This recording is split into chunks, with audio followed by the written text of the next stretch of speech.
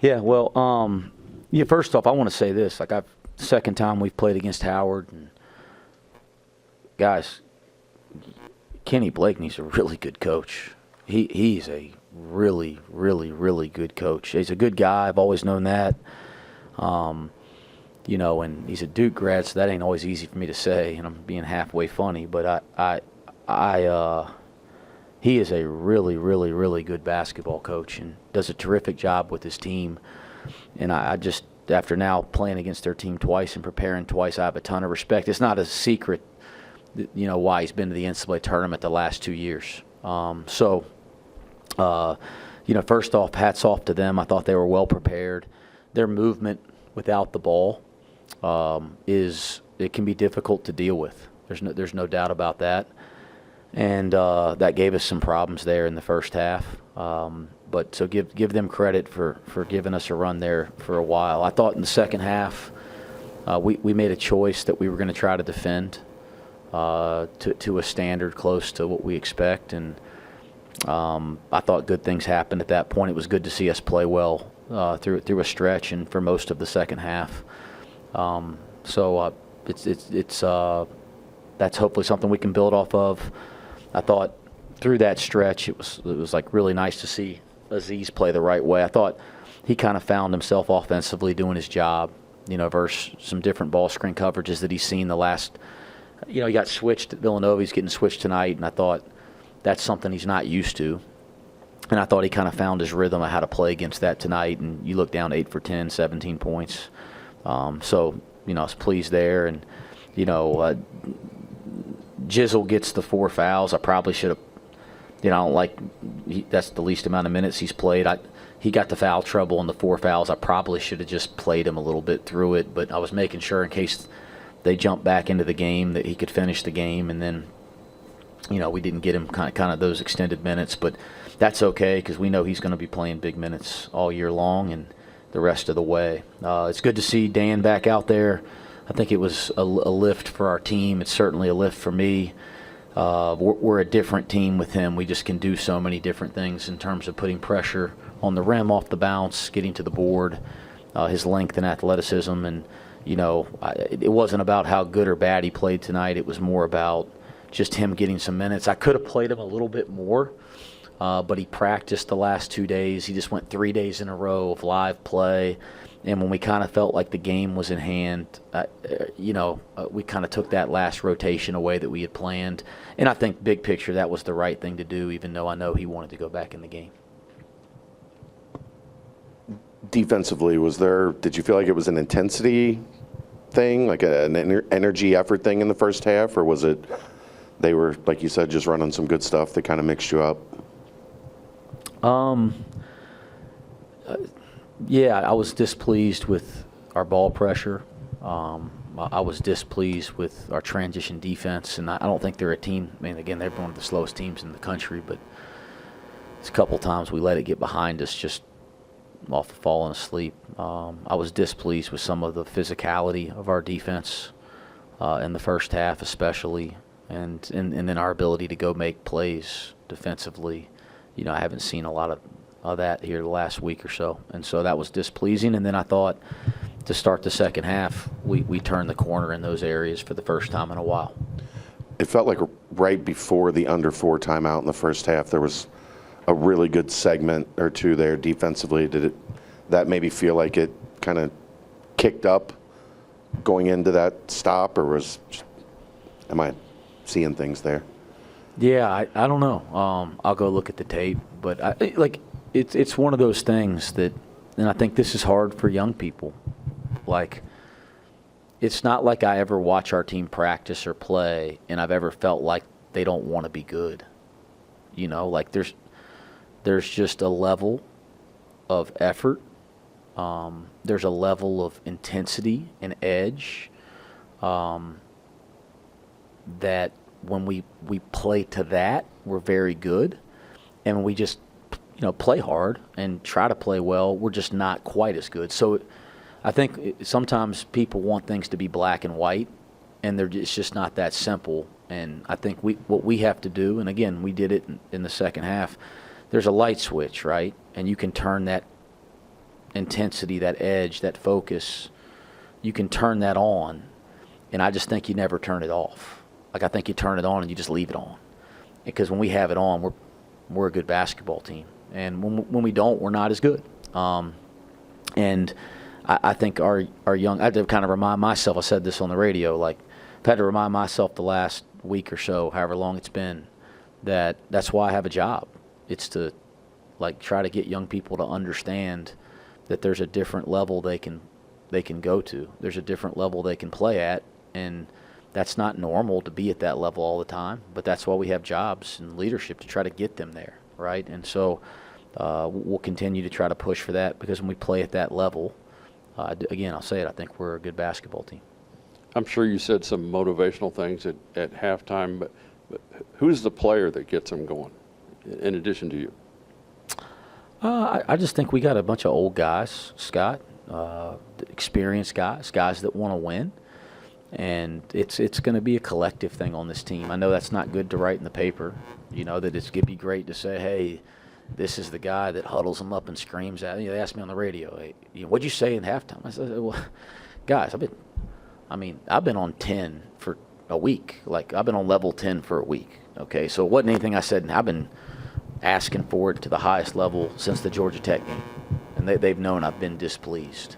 So it wasn't like I had some speech at halftime. And I don't think it's, as much as this night might not be good for some great story, I think we have a lot of guys. Looking down at our roster, we got a lot of older players, experienced players that want to win, that value winning, that want to do it right. And I think collectively, they all have the ability to collectively make that choice. And we've done that at times. And we've done that for a lot of our preseason. We've done that in games. And, we just got to keep reminding ourselves and never turn that switch off. And I think when we do that, I think we're a pretty good basketball team, guys. Dan comes in, makes an immediate impact, cutting, rebounding, loose balls. Was that kind of just a microcosm of how he can impact the game, and was it nice to see it that quickly when he came on the floor? Yeah, you just, I said this to our staff after practice the last couple of days. You just feel a little different about our team with him out there. You just do, right? He just, gosh, there's a couple plays tonight.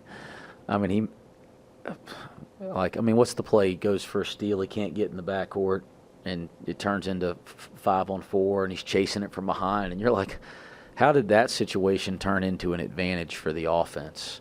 And then he goes and I can't see it from 65 feet away because it was on the other end line, but somehow he blocks the shot from behind, and it doesn't go out of bounds, and we end up with a loose ball. And it's just like, Dan Skillings has the ability to make plays even in bad situations. And, he made the mistake and the play in that one, but got us an extra possession and kept them from getting a shot. So, we're a much better team with Dan. We've missed him dearly. And now it's just about getting him back in rhythm and getting his game back. But tonight was a great step in the right direction.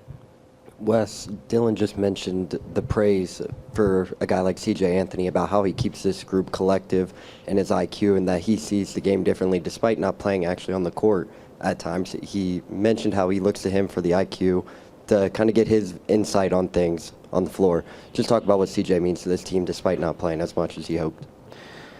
Yeah, well, we're redshirting C.J., and he's a team captain, right? So I don't take that kind of stuff lightly. Like who the designated guys as leaders are, and he's one of them. We're redshirting him not because, like we don't want to put him in games. We're redshirting because I really believe that C.J. Anthony could start for a Division I basketball team. But it's so important to him that he finished at Cincinnati.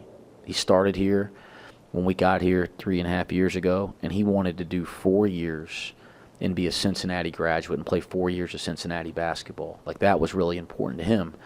But it was also important to me that here's a guy that's done, we talk about sacrificing a lot. Here's a guy that's been the example of sacrifice. Because you guys come to practice, he busts our tail in practice. He gives our guys that are playing everything and more, and has days he outplays them. And he doesn't say boo. He's the biggest cheerleader on the bench. He prepares them for the game. He knows the scouting report better than anybody. He's what being in this program is all about. And we're redshirting him so that he can do what he wanted to do and finish his career here, but also then still go play somewhere, because he's good enough to start for a lot of Division I teams. And somebody's going to be really, really happy when they get him next year, and we're going to be his biggest cheerleaders from afar. But he's, to me, what college basketball and college athletics are all about. Dan, returning today as opposed to for the Xavier game, just how much does that speed up his ability, do you think, to get back to where he was on that opening night with the 17 and 11? I think from my standpoint, this has always been about what's best for Dan, big picture. I think that was, and you almost got to protect Dan from Dan, because Dan wants to play, guys, and he wants to get out there and compete. And I knew that after a couple weeks and maybe less than that, he'd feel like he could play. And that happened. And it's been really hard, because he's been going through full speed workouts for a while, and he started to feel confident here 7, 8, 9 days ago that I'm ready, and we still held him another week.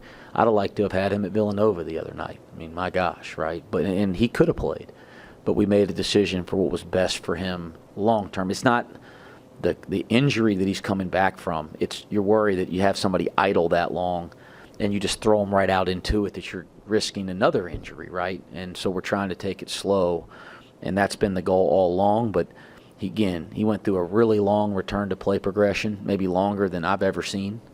Once a guy was cleared, he got real minutes tonight. We did not overdo it, thank goodness. And then we'll make sure he gets a little rest and get him back in the flow so he can keep progressing every day. Connor Hickman with 7 rebounds, a couple steals.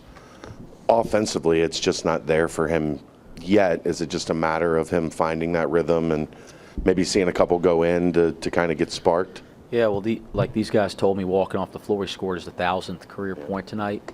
He'll be fine on offense. He scored 1,000 points as a Division I basketball player. And he played, I respect every Division I league, but he played in the Missouri Valley. That's a pretty damn good league. That's one of the best leagues in the country that's not a Power 5 league. So he scored most of those 1,000 playing at Bradley the last 3 years. He's a damn good offensive player. He's going to be fine.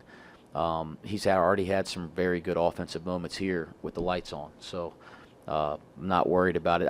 I was really happy to see him do some of the little winning things, though. Our team needed that. I thought the loose ball he got in the left corner to start the second half was one of the most important plays of the game for our team. Close to 10 dunks tonight. Can you feel that on the sideline, just the way those plays energize the team and then can reverberate on the other end defensively with that energy? Well, I think the things on defense lead to the things on offense. The defense and rebounding leads to opportunities to play in the open floor, and certainly we have a lot of guys that can make plays there. But there was some really nice finishes. There was some really nice passes tonight in the open court and converting 2-on-1s and 3-on-2s, and then we had a couple execution lobs in the second half as well. But generally, the more you do the right thing on the other end, it leads to good things on the offensive end. Dylan, what kind of flipped the switch first half to second half? Looked like maybe the intensity wasn't where you guys wanted it early, and then you picked it up? Yeah, that's exactly how I would say it. It just, first half, we didn't come out how we wanted to. Second half, we kind of had a different intensity. And I think once this team, that's what's kind of frustrating. I think once this team, we get that going, that, first half come out with the same intensity. Second half, we come out with the same intensity. I feel like nobody can mess with us in the 40 minutes if we come out like that. Felt like there was a stretch right at the end of the first half. Did that kind of kickstart you right? It's like right around the 5-minute mark where it looked like things kind of picked up. Yeah, for sure. I think when we play, it's all about us.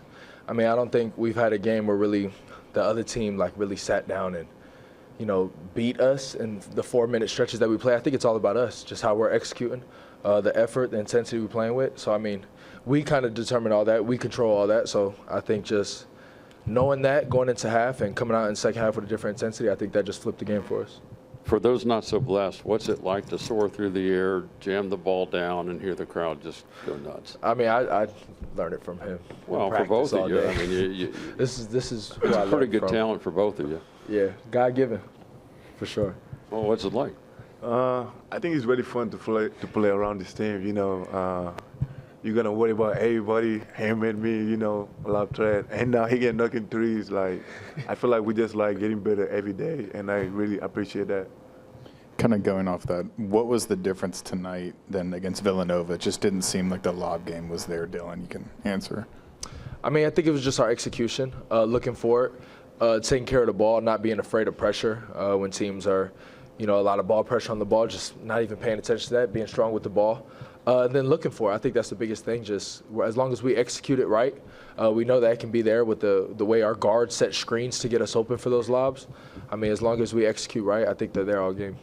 Speaking of the lob game there, obviously you start the second half there with 4 lobs in the opening minutes. Was there something that you guys saw towards the end of the first half to really kind of push that tempo there to get above and play above the rim there? Just trying to execute better, like said, better screen, and we know like we got some shooter out there. So like every time they screen, we just execute the play, and that's how everything opened up for us. Dylan, looking ahead to next Saturday, it's going to be your first crosstown shootout. Have you talked with any of the returning players who played in it last year that have played in this rivalry and what it's like, and how excited are you to take the court and what's going to be a raucous environment next Saturday? Yeah, no, I mean, I've talked to some of the guys. It's big out here, so I'll be excited for it. It's the next game on our schedule, so, treat it like any other game for me, honestly. I mean, I've been playing in the Big 12 past 2 years before this, and, I mean, every game in the Big 12 is tough, no matter home or away, so I know this is just the next game on the schedule. I know it's a big game, though. I know everybody's excited for it, and I'm going to be excited for it, too. But like I said, it's the next game on the schedule. We'll be ready to go. Hadn't made a 3 coming into your career here at Cincinnati. Now you got one in 3 games in a row. Mm-hmm. The last one maybe looked like the best one that you've taken, the cleanest one that you've taken. Yeah. Are you starting to gain some confidence? Yeah, on 100%. that? I think it's just the work I put in. Just trusting in my shot, trusting the work I put in. Coach West gives me a lot of freedom with that type of stuff to just evolve my game on the offensive side. So I think it's just confidence, not overthinking it, just letting it fly. And Coach, the GAs that I work with, they all give me that type of confidence to, go in the game and let it fly. How impactful is it getting Dan Skillings back and just having the full rotation for you guys going into 2025 and beyond? I mean, we're really excited to have our next guy up, and Dan is a hell of a player, and him coming back, it just gives us more confidence, because he brings a lot on the table for us, and making the game easier with his hustle and like scoring ability and everything. 100%. What was practice like through the week after the Villanova game? Was there a different message that Coach West was kind of sending to you guys leading up to today? I'd say that it's just us. We control everything. Yeah. Executing from the defensive end, from effort. I mean, we control it all. We can control the game. And that's how we kind of want to come into each game moving forward. It's just in practice. I mean, it starts in practice. Like I said, Coach has a little saying that he says that like everybody wants to win, but not a lot of people prepare to win. So I think it just comes into that, going into practices, going hard. The weeks or days before we have a game. I mean, that's where you win games, to be honest with you. If you have bad practices going in before a game, I mean, you're going to play how you practice. So I think it all starts on the practice. I think that's what Coach West has been, making it be known, that it all starts in practice and it all starts with us. Is there a vocal leader on the roster outside of West that's kind of keeping you guys prodded and making sure that you guys are kind of staying hungry and keeping your eyes on the prize for the ultimate goals this season? I mean, we all on the same page. We all got the same goal, trying to win it all. So, like, every time we just trying to figure out as a team to listen to him, but as well trying to push guy up to step up and just trying to be better every time and every next game we got. Yeah, I feel like we all kind of got each other's back on everything. I will say one player that really sticks out to me as far as, when we're playing is CJ Anthony. I mean, on the bench and stuff like that, I mean, he's talking. He's telling us, what he sees. He's giving us motivation. I mean, I look at C.J. Anthony every time there's a timeout or something. I mean, I'm making eye contact with him, asking him, what do you see? Halftime, I ask him what do you see, because I trust his insight, and I think he's real smart IQ-wise. Even if he's not on the court, he sees it all. So C.J. Anthony, I would say, is one player who kind of keeps us on our toes, keeps us motivated, keeps us ready to go. That's one player that I definitely would say sticks out to at least me for sure. Yeah, for sure. Aziz, you played against Xavier last year. What advice would you give Dylan?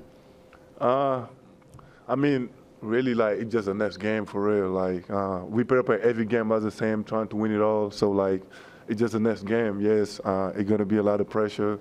It's around, like, the city, but at the same time, we're just going to prepare to win just as the next game since he's been in the Big 12 and all, yeah. Did it feel like the lid came off a little bit on the free throw line? I tell you, Nah, for sure. I think it's just get back to work on it. I don't know what was going on. I literally last home game, I mean, I missed 5, and I think I came back to the bench, like looked at my GA KJ, like, yo, we need to get this together. So I think it's just being confident. I think that's the biggest thing. I mean, you go in practice, we go workouts, I make my free throws. I think it's just confidence, going up to the line, knowing you gonna make the shot. So I think just having a different mindset when you step up to that line, and that's all it really is. Have you ever had a stretch that bad in your career? No, never.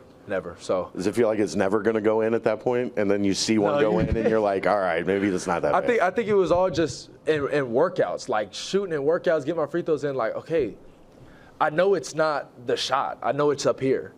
So I think that's the biggest thing, just opening the lid up here when I'm shooting free throws. Because when I get my workouts in, we shoot 200 free throws, whatever it is, I'm making free throws. So I think the biggest thing was just it's all in the head, it's all in the mindset, it's on the, just telling yourself you're gonna make the shot. So I think that's what the biggest thing was with it.